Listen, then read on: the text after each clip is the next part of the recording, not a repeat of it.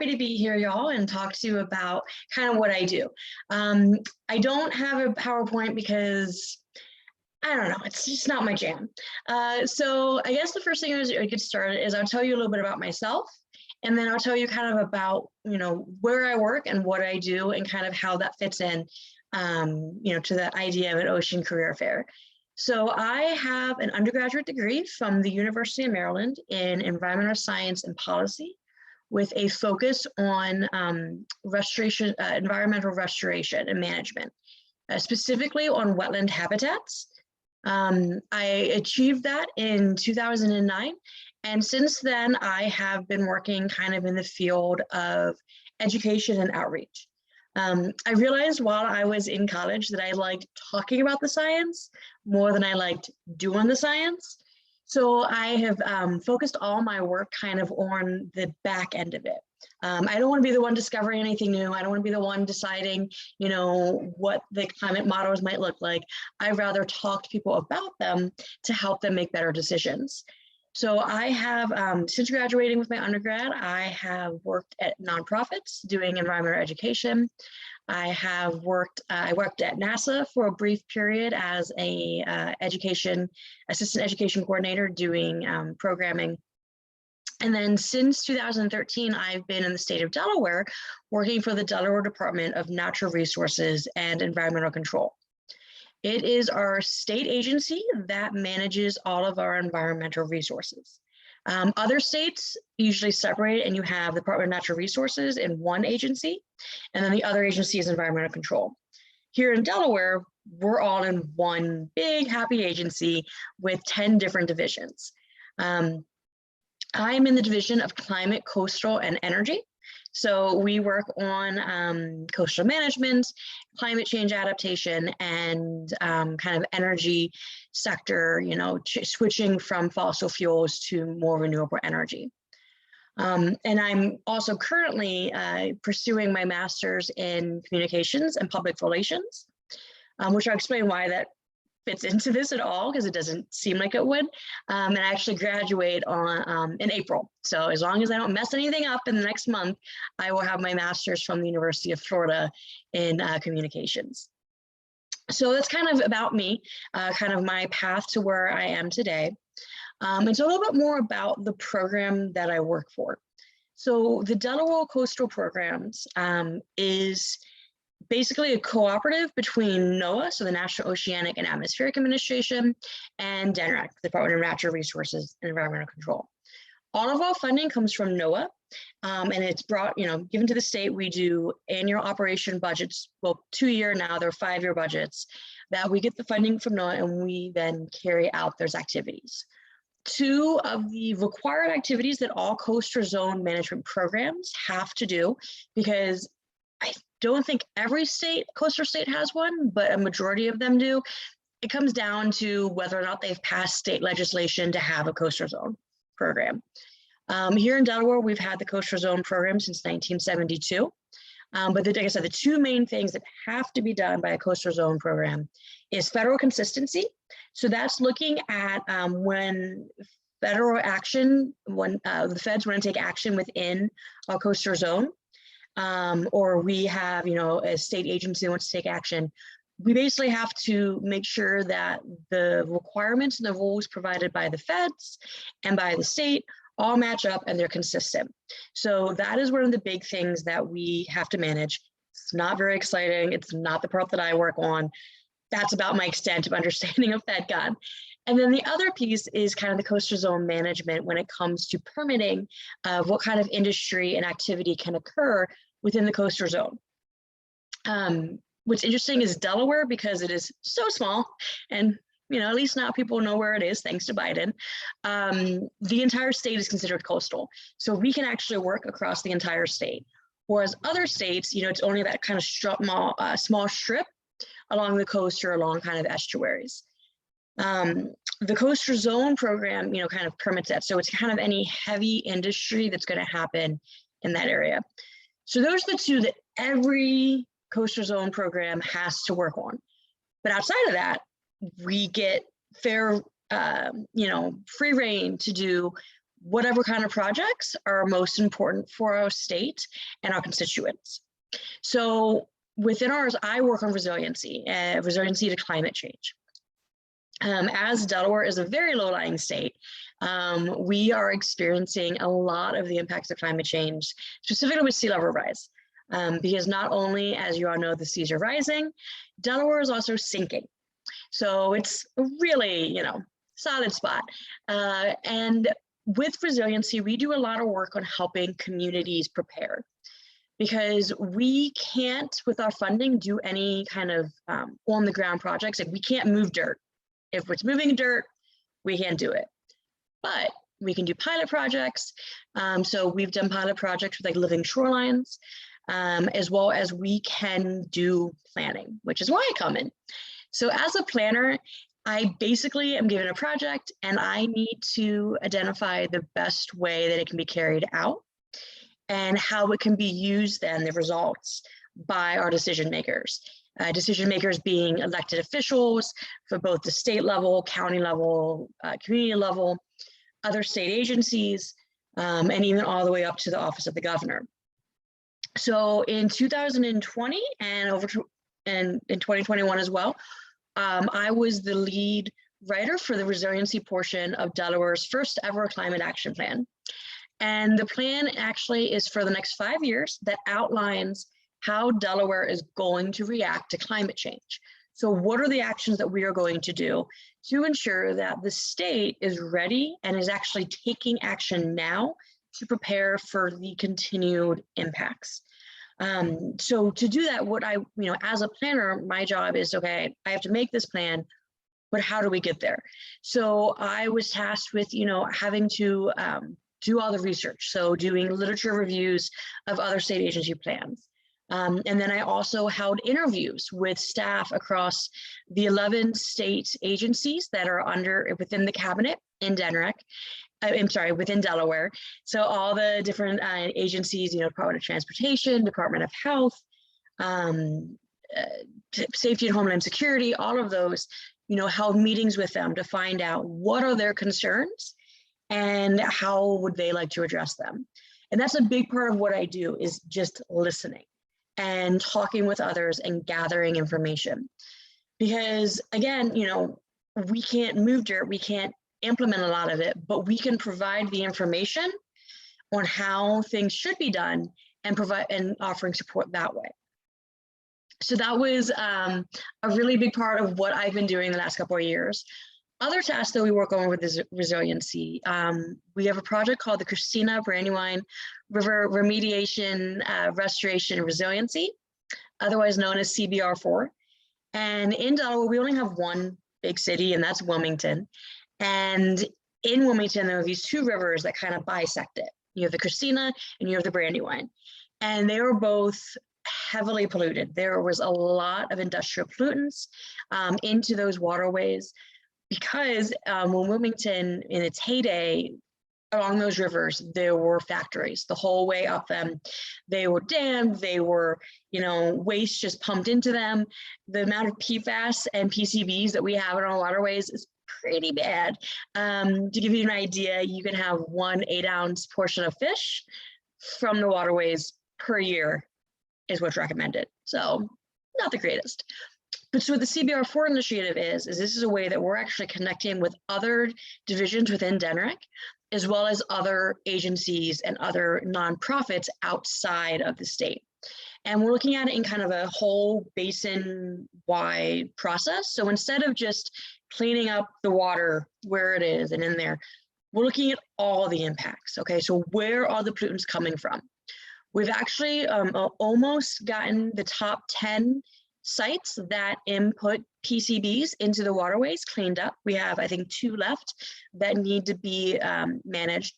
And at that point, we've controlled all the land-based pollutants. But then we now have to clean up the waterways as well. So that's another project where, again, as a planner, I am put in to help collect the information and communicate it to our stakeholders. Our stakeholders are going to be elected officials who are deciding where to put funding, specifically like the infrastructure funding we've gotten from the federal government this year. It's also working with the people who live in the communities, because also, as is common in many areas, those spaces in the city that are most highly polluted are also our environmental justice communities that have been impacted for the past 100 years negatively by these pollutants, and haven't really had their voice and a seat at the table to make decisions on what happens in those communities. So a big part of my role in it is to actually work with those communities to find out, what is it that you want? What are your concerns? How can we help? Because that's the first step is, we don't want to just go in and say, this is what you should do to make your community better. That's not going to fly, no matter where you're at. And so that's where, as I said, I come back to, my public relations and communications background is being used. Because, understanding how to communicate with people, the best methods to disseminate information, gather information, and build these projects. So that's, another one that we're working on. And then as well in our program, there are other times that it is just, hey, we have this idea. Do you think we can do it? And usually the answer is, sure, let's figure it out. So for instance, we have things called projects of special merit, which are awarded again by NOAA to do activities to help gather data or make plans that can be used then to decide on policies. So for instance, we had one that is just wrapping up where we did oil spill modeling. Basically, if there was an oil spill off the coast of Delaware, where's that oil going to go under different conditions, and how is it going to affect our economy? So that's, example of one. The next project of special merit we have coming in is working with a CBR4 project again to create kind of a best management practice of how to remediate brownfields and other polluted sites that are also resilient in nature to climate change. Right now, one of the most common ways to deal with brownfields in Delaware is just to cap it and call it a day. That's great, but as we're seeing the sea levels rise and that is infiltrating in, those kind of hardened structures don't really do the best. And it's not really a long term. It's not improving the environment that's there. It's not improving the life of the community. So we're looking at, okay, how can we create a guide to help others better manage the brownfields? And then as well, the other piece that we have in our program that I think is really unique and might be something of interest to all of you is we have the Coastal Management Fellow. It is for graduate students, so students who have finished their graduate degree, and it's a 2-year project where they will come to whatever state, so for Delaware, and work on a project for a 2-year piece that is then implemented by the program. So our current Coastal Management Fellow, she's created a tool called iAdapt, which is basically, she uses ArcGIS Survey 123, so kind of an Esri product. And it is an app that homeowners can go in and they can say, okay, we have this much money, our house is here, we want to live here for this long. What can we do to be more resilient? And so that app now is being rolled out to be used statewide. So with the Coastal Management Fellows, it really is hands-on experience that really builds and creates products that can be used. And as that, she's considered a planner. So creating something like that, you're a planner. Our next Coastal Management Fellow is actually going to be focused on working with our underserved communities and our environmental justice communities here in Delaware to help them prepare for climate change. And that's going to be, building those relationships. It's going to be teaching them, the community members, about what they need to do to prepare in advance of climate change and as well as extreme weather events. So that's kind of another thing that we have. Now for undergraduates, you can also get we also have Holling Scholars, which are another program that is funded by NOAA. And, we apply and we have our Holling Scholars come in to do work. Now that one's a shorter kind of program. You do a summer internship and then you have, they provide you with funding for your next year of school and things of that sort. But for example, our recent hunting scholar did a blue carbon assessment. So it was looking at how much blue carbon our wetlands actually store. And as well as the one that's coming this summer is looking at the impacts of a boardwalk through a wetland if it actually changes the dynamics of how animals move through the ecosystem.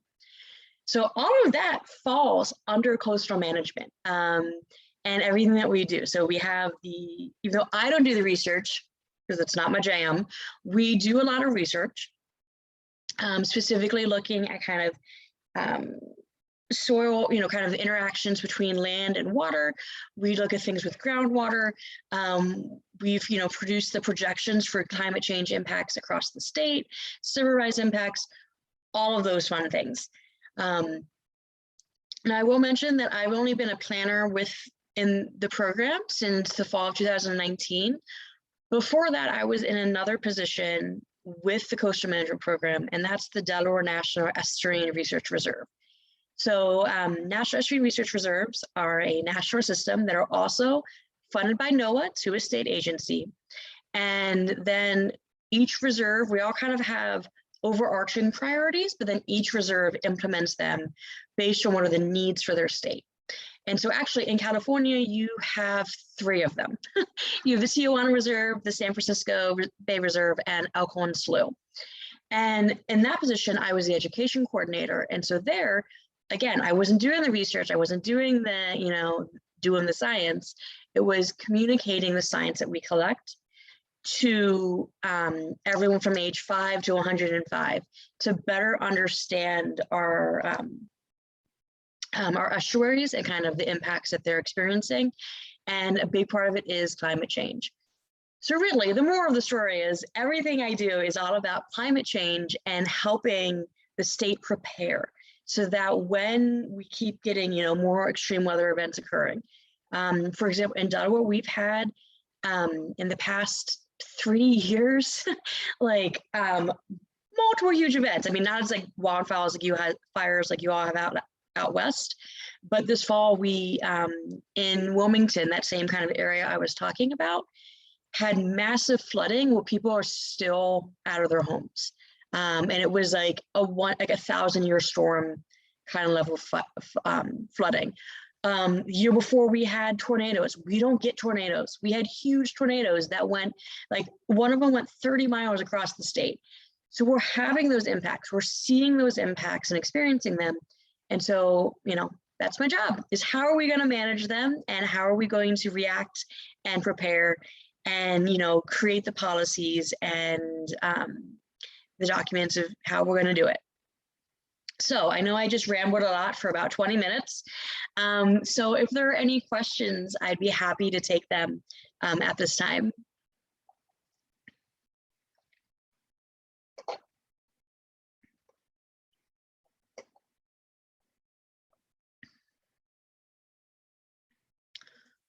As we see if there's any questions that come in, I can tell you a little bit more about other people in my program. So as I said, I'm a planner, but we also have environmental scientists. We have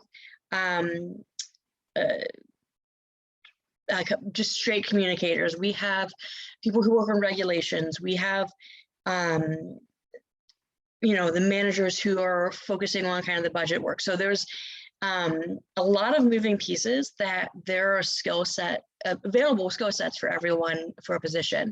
So, I mean, other people I work with have, a background in marine biology.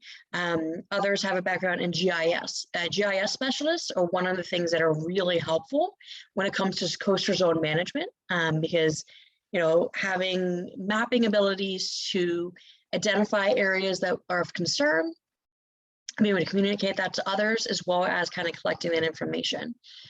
We also have, people with PhDs in climate science who are there. But I would say overall, with kind of a position like mine, you don't need an advanced degree. You can just have your undergraduate and still do fairly well. But if you want to, kind of move up, that's where getting the advanced degree comes in, which is why I'm getting mine.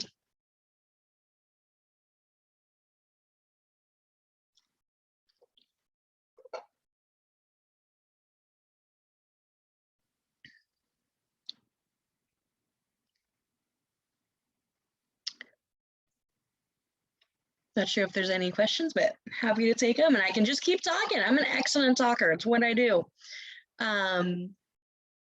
I would say that, if these are kind of things that you're interested in, I know California has a coastal zone management program. They also have a, within the state government agency, they have one that's specifically on building resilience in California and how to reach those goals. Because the thing is with, so I work on the resilience, I work on, the preparing and adapting to the changes. But then we also have our other programs that are looking at how we can reduce our greenhouse gas emissions and reduce the impacts of climate change. So it's kind of two sides of the coin. As a planner, we have planners who are focusing on that. And then the other, kind of path that's focusing on kind of resiliency. And I see a question came in. So what led you to choose to this career choice? So it was kind of a long and winding road. As I mentioned before, I have my undergraduate degree in environmental science, and technically I'm a wetland scientist if you look at my degree. But I really found that communicating about science was much more comfortable and much more satisfying for me.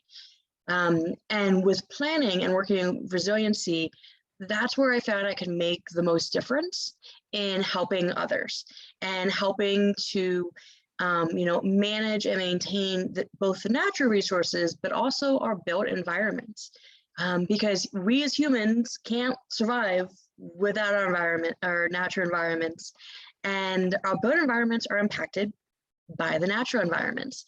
And so this is where I found a spot that I could really feel like I made a difference and have kind of that control and, determining where the state was going to go related to climate change.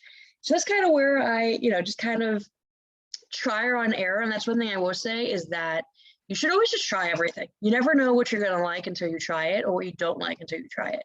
And one piece of advice I always give to college students when I'm talking to them, and that I'm going to tell you as well, and I'm going to tell everyone all the time, is that even if you don't like communicating, even if you're like, I do not want to do education, I do not want to talk to people, I just want to do science.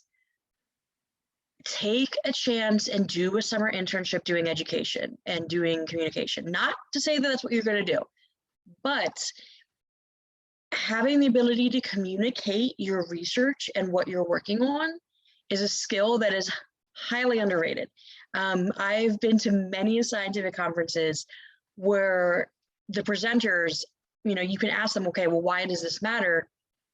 And they have trouble answering that, and they have trouble even explaining it to someone who isn't an expert. And I know that, like, okay, fine, other scientists get it, but really being comfortable and being able to communicate your work to others is way more important than it's ever really talked about. I know in undergrad, it was never talked to me about it. They're like, yeah, we'll have your poster, you do that, you can do a brief presentation, but it was never really trained into me how to communicate with others. And that's something that I really suggest all students try, is give it a chance. You may find out that you, like me, really like it. You may also find out you hate it, but you can learn from those experiences. Awesome, thank you. We have a few other questions that came through WUVA. So what are some things that they can do as a student that will better prepare them for a job that's in a similar field? So one thing I would suggest, and this is what I tell everyone, is also do take a course in GIS. Geographic Information Systems is so many positions that we have open. That's one of the requirements. So take some GIS courses. I would also say something that I have taken as not like a college course, but you can do in training, is kind of facilitation. So how to facilitate a meeting and have conversations, because that's very important. You've got to be able to facilitate a meeting, keeping everyone happy and moving together.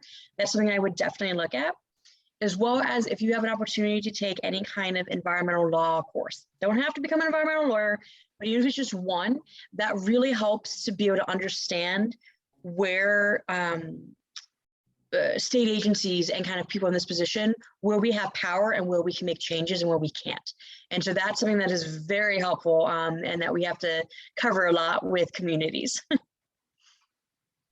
Yeah, I concur that GIS, I took it in college and I found that it actually made me better on computers and with computer software. It was very heavily computer class. I think we even had like our in-class sessions, and then we would go to like a computer lab and do our like lab portion of the class.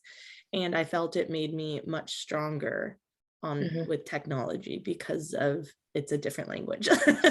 It's actually, it's even helpful to me, and because I do a lot of graphic design work as well. So understanding like, oh, rasterized images and what that actually helps me in that as well. Exactly. So yeah, GIS is crucial. Yeah, that actually kind of ties into the next question is what are other skills, outside of what you do that you think have translated really well to make you successful in your industry?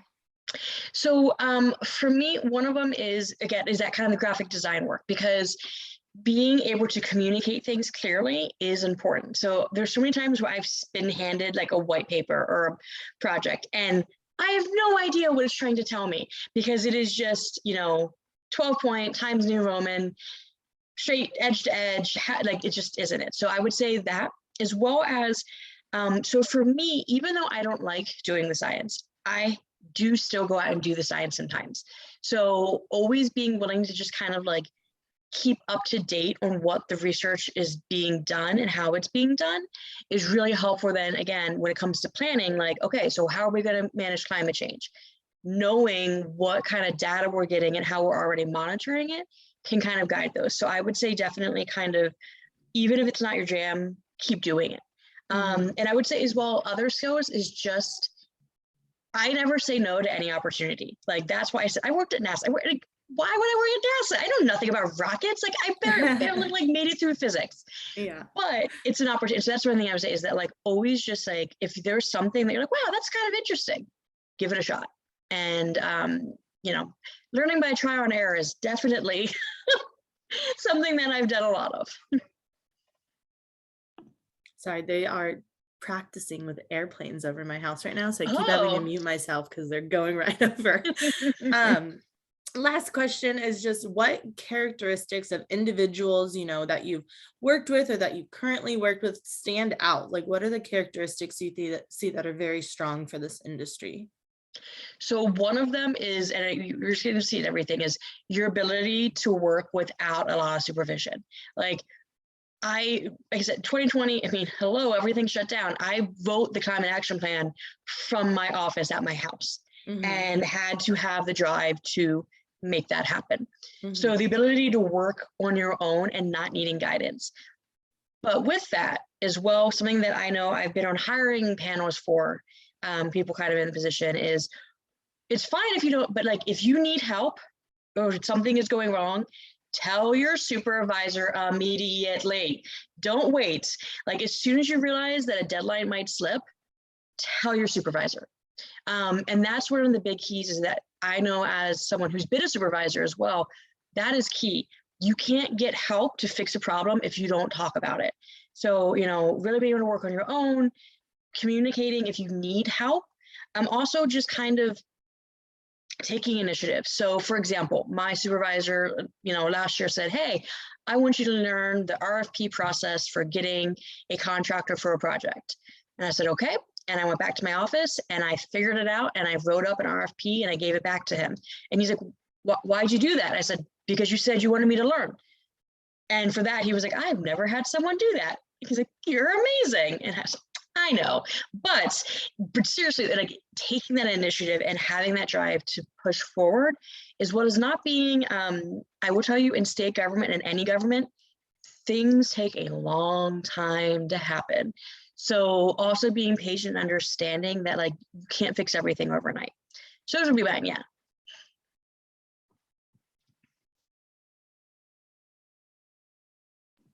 Awesome. Well, thank you so much, Maggie. It was so great to hear about what you do and hear about, Delaware's Department of Natural Resources and kind of what you guys do.